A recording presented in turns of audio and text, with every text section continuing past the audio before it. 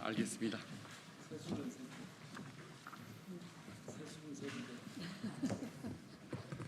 안녕하십니까. 검찰 독재 대책위원회 간사 박균택입니다. 오늘 검찰이 이재명 대표님에 대해서 위중교사 사건으로 징역을 3년이나 구형을 했습니다. 저희들은 이 사건이 애초에 짜집기, 악마의 편집을 통해서 이루어진 잘못된 기소라고 믿고 있고 또 무죄라고 굳게 믿고 있는 사건입니다. 또 결론도 그리 나리라고 당연히 예상을 하고 있습니다. 그럼에도 불구하고 검찰이 3년이라는 구형을 하는 것을 보면 아마 위중교사 사건으로 지금까지 3년이 구형된 사건을 저는 들어본 적도 없고 경험한 적도 없습니다. 그야말로 제1야당 대표를 어떤 정치적 사작물로 취급을 하는 그 근본적인 그 속마음이 이렇게 나쁜 그 의지로 표현된 결과가 이 구형이 아닐까 싶은데 여기에 대해서 저희들이 기자회견을 준비를 했습니다. 참석자분 소개하겠습니다. 이쪽부터 우리 정준호 의원님입니다. 이건태 의원님입니다.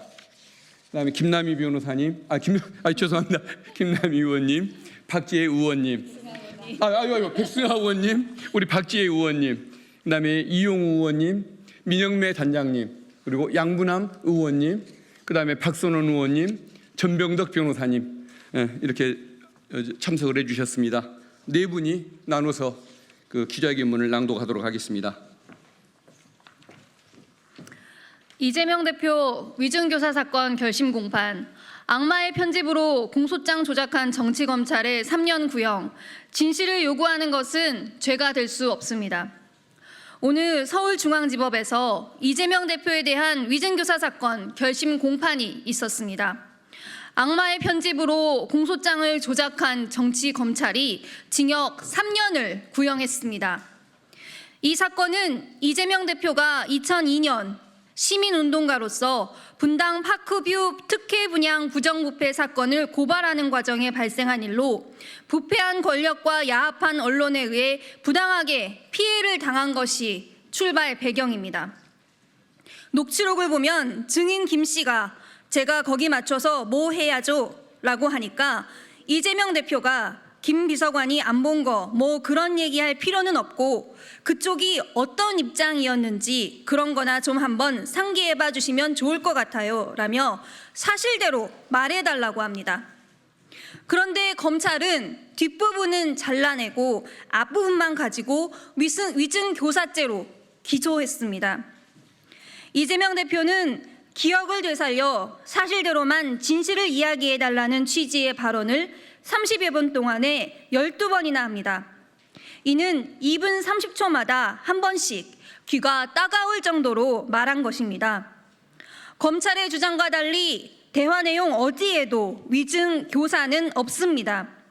그런데 검찰은 일부분만 악의적으로 편집해서 맥락을 왜곡하여 공소장을 조작하였습니다.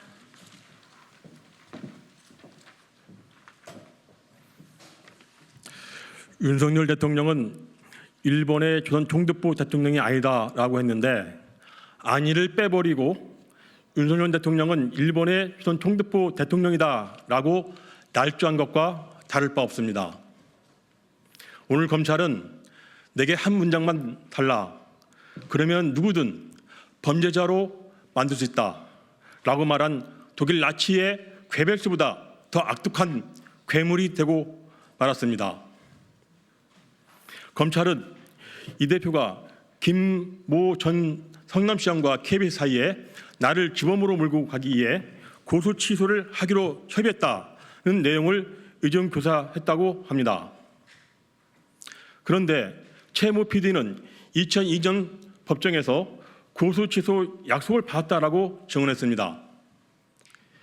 2002년 당시 성남시와 KBS 간에 고소 취소를 협의한 것은 이미 확인된 사실입니다. 더구나 의정의 실행 잘하는 증인 김 씨는 고소 취소 협의를 할 때 주범으로 몰기 위해 한 것이냐는 질문에 김모 시장의 성품상 그런 취지는 아니었던 것 같다며 오히려 반대 취지의 증언을 했습니다. 의정의 내용 자체가 없습니다. 검찰이 억지 기소를 한 것입니다. 녹취록에는 성남시나 KBS 검찰 모두 나한테 덮어씌우면 도움이 되는 사건이었던 거예요. 이면 합의가 있었던 사건을 설명하면서 이 대표가 말하자 김 씨가 뭐 분위기는 사실은 굉장히 그렇게 가는 분위기였다고 맞장구를 치기도 합니다. 이렇듯 당초 김 씨는 사실대로 증언한 것이다 라고 진술했지만 조사가 거듭되면서 검찰 주장과 동일하게 말을 바꿨습니다. 김 씨의 진술이 왜 이렇게 180도 바뀌었을까요? 김 씨는 현재 사기, 알선, 수재 등으로 검찰의 수사를 받거나 기소된 사건이 3건입니다. 그런데 한 건은 경찰이 기소 의견으로 송치했음에도 검찰은 조사 한 번 않고 무혐의로 처리했고, 백현동 알선 수재 범죄는 다른 공범은 2심 재판이 끝났는데도 아직도 기소 자체를 하지 않고 있으며, 위증죄에 대해서는 실제 재판이 진즉 종료되었는데 구형을 안고 있습니다. 수상합니다. 김 씨는 정치검찰의 거미줄에 걸린 나비 신세나 다름없습니다. 정치검찰이 조작한 사건들은 어김없이 회유, 협박과 형량 거래 의혹이 따라붙습니다.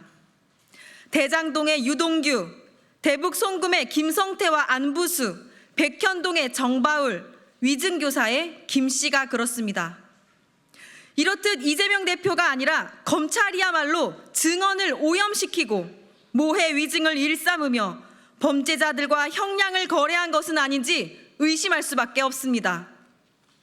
검찰은 이재명 대표가 기억 환기를 부탁한 대화를 편집해 위증 교사로 둔갑시키고 한 적도 없는 증언을 위증이라 하고 이를 교사했다며 기소했고, 교묘하게 편집, 발췌한 녹취록으로 진실을 호도하는 등 오직 이재명 죽이기에만 골몰하고 있습니다. 이 사건은 위증교사 여부를 떠나 검찰청법의 위임 범위를 벗어나 위법 무효인 시행령에 근거하여 수사하고 기소한 사건입니다. 하여 법률에 위반한 공소제기에 해당하거나 적어도 위법하게 수집된 증거로 수사하고 재판한 사건에 해당합니다.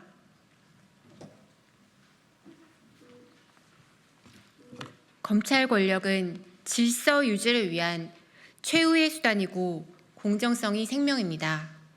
그런데 권력의 사유화와 불공정이 도를 넘어섰습니다.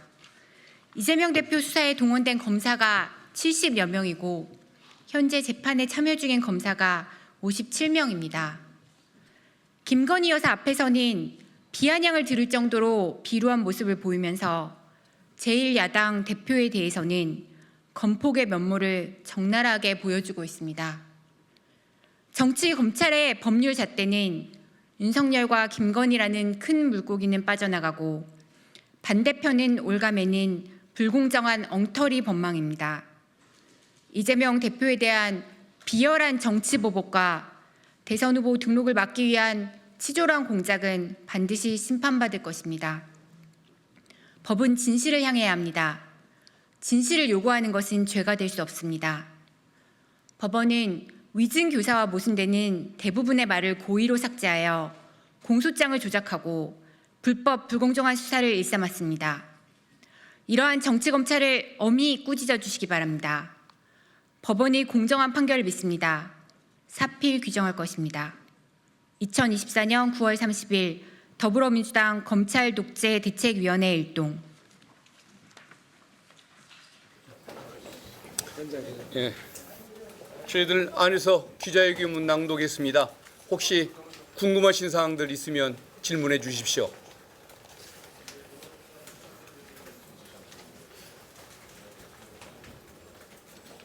예. 오늘 검찰 구형이 3년 나올 걸 좀 예상을 하셨던 부분입니까? 저는 아주 검찰이 뭐 정치 사냥의 목적을 지니고 있기 때문에 그동안에 보도 듣도 못한 구형을 할 것이라고 예측하면서 아마 1년, 2년쯤 할까라고 예상을 했는데 3년인 걸 보고 깜짝 놀랐습니다. 그러니까 얼마나 그 본인들이 참 지독한 사냥 본능, 야수 본능을 가지고 있었는지 그 구형에서 뭐 자기들도 모르는 심성이 드러나는 것 아닌가 그 생각이 듭니다. 결국은 이 사건은 그 편파 수사, 과잉 수사도 아니고 정치 사냥 수사였다라는 그런 뭐 해석을 가능하게 해주는 대목인 것 같습니다. 그 부분과 관련해서 제가 한 말씀 덧붙이겠습니다. 공직선거법 사건에도 징역 2년이라고 하는 양형기준표상 최고 구형을 했습니다. 이번에 다시 양형기준표상 최고 구형인 징역 3년을 구형했는데 검찰이 이렇게 무도한 구형을 한 것은 전략적 구형이라고 판단합니다. 사건에 자신이 있다면 통상 위증 사건에 벌금 약식 기소도 많이 합니다. 벌금 구형을 했을 수도 있었을 것입니다. 그런데 사건에 자신이 없으니까 법원을 압박하기 위해서 전략적으로 양형기준법상 최고형을 구형한 것이라고 판단합니다. 그렇게 해서 어떻게 해서든지 유죄를 이끌어내려고 하는 것일 것입니다. 네, 조금 보태서 말씀드리면요. 그 지난번 공직선거법 허위사실 공표와 관련해서 저희가 일반적인 구형량을 한번 쭉 리서치를 해봤습니다. 20대, 21대 총선에서 국회의원들 그 허위사실 공표로 기소된 사건에서 검찰의 구형에서 징역형은 딱 한 건 발견됐고요. 그것도 기부행위가 같이 기소된 사건에서 징역형이었고 전부 다 벌금형 구형이었습니다. 이번에도 앞서 말씀 주신 것처럼 구형량이 그 균형감을 상실한 정치 구형이다. 검찰이 이성을 상실했다. 이렇게 평가해도 과언이 아니다라고 생각을 합니다. 또 질문 있으십니까? 예. 저번에 선거법 위반 징역 2년 구형했던 검사들 고발 검토이 나왔었는데 위증교사 구형도 검사님께서 같이 생각하고 계신지? 그때 고발 얘기가 나왔던 것은 진술 조서를 조작한 부분에 대해서 허위 사실로 그 공문서를 작성한 허위 공문서 작성 혐의로 고발을 검토 중이라고 말씀을 드렸던 것이고 구형이 높았기 때문에 그게 뭐 범죄가 돼서 그 고소한다고 했던 적은 없습니다. 그래서 이번도 구형이 높으니까 고발하는 일은 없을 것이고 나중에 사건 과정을 잘 그 검토를 해서 그 과정에 어떤 범죄의 행태를 보인 사람이 있다고 한다면 그것은 검토의 대상이 되겠지만 아직 구형 때문에 그걸 검토한 적은 없습니다. 구형량이 높은 것은 불량한 것이지 그건 범죄는 아닙니다. 이 사건 관련해서 기자회견문에 안 들어있는 제 의견을 좀 말씀드리겠습니다. 위증 사건에서 위증의 양형에 있어서 가장 중요한 것은 그 위증이 유무죄에 관련된 거냐, 영향을 미친 거냐 이겁니다. 근데 여러분 잘 아시다시피 이재명 대표의 그 사건은 이재명 대표가 나는 그 사건을 누명을 썼다고 얘기한 것을 검찰이 유죄가 확정된 사건에 대해서 누명을 썼다고 하는 것은 거짓말이다. 이런 취지로 기소를 했습니다. 근데 누명을 썼다고 하는 것은 유죄가 확정됐다는 사실을 부정한 게 아니라 유죄가 확정됐는데 그건 내 입장에서는 억울하다. 이런 취지의 말이거든요. 그래서 그것은 팩트에 대한 허위 사실이 아니라 의견이고 판단이기 때문에 법원이 1, 2, 30 모두 이것은 팩트에 대한 허위 사실이 아니라 의견이고 판단이고 견해 표명이기 때문에 법리적으로 무죄라고 판단한 것으로 알고 있습니다. 그렇기 때문에 가사, 백보, 만보, 양보해서 이게 위증이 있었다 하더라도 그 위증은 이 유무죄에 아무 영향을 미치지 않은 것입니다.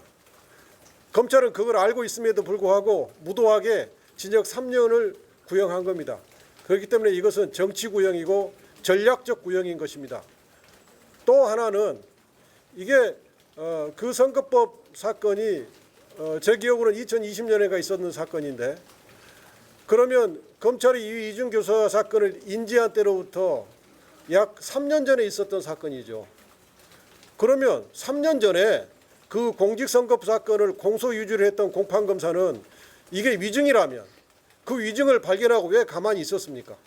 그 당시에 이게 위증이었다면 공판검사가 특히 선거법 사건은 공소유지에 매우 철저를 기하고 있는 사건인데 공소유지 공판검사가 당연히 그 당시 위증 인지를 했을 겁니다. 그 당시 공판검사가 위증 인지를 하지 않았다는 것은 위증이 없었다는 것을 말합니다. 또 하나는 우리 기자회견문에 들어있습니다마는 검찰청법에 검사가 직접 수사를 착수할 수 있는 범죄는 경제범죄하고 부패범죄입니다. 위증이 어떻게 경제범죄이고 어떻게 부패범죄입니까? 예컨대 교통사고를 목격한 사람이 보지도 않았는데 봤다고 위증했다고 칩시다. 그 위증 사건이 교통사고에 관한 건데 그게 부패 사건입니까? 그게 경제사범입니까? 검찰은 시행령을 가지고 말도 안 되게 자기들의 권한을 확대해 놨습니다. 법원이 이번 판결문을 통해서 수사 자체가 기소 자체가 권한 없는 자의 수사고 권한 없는 자의 기소다. 그러니까 공소기각해야 된다. 저는 이렇게 생각합니다. 예, 또 혹시 질문 있으십니까? 예, 그러면 설명이 완벽했던 걸로 알고 이만 돌아가겠습니다. 예, 좋은 저녁 되십시오. 이게 무슨 검사야? 수상권 가지고 보고하면 깜짝이야. 정치가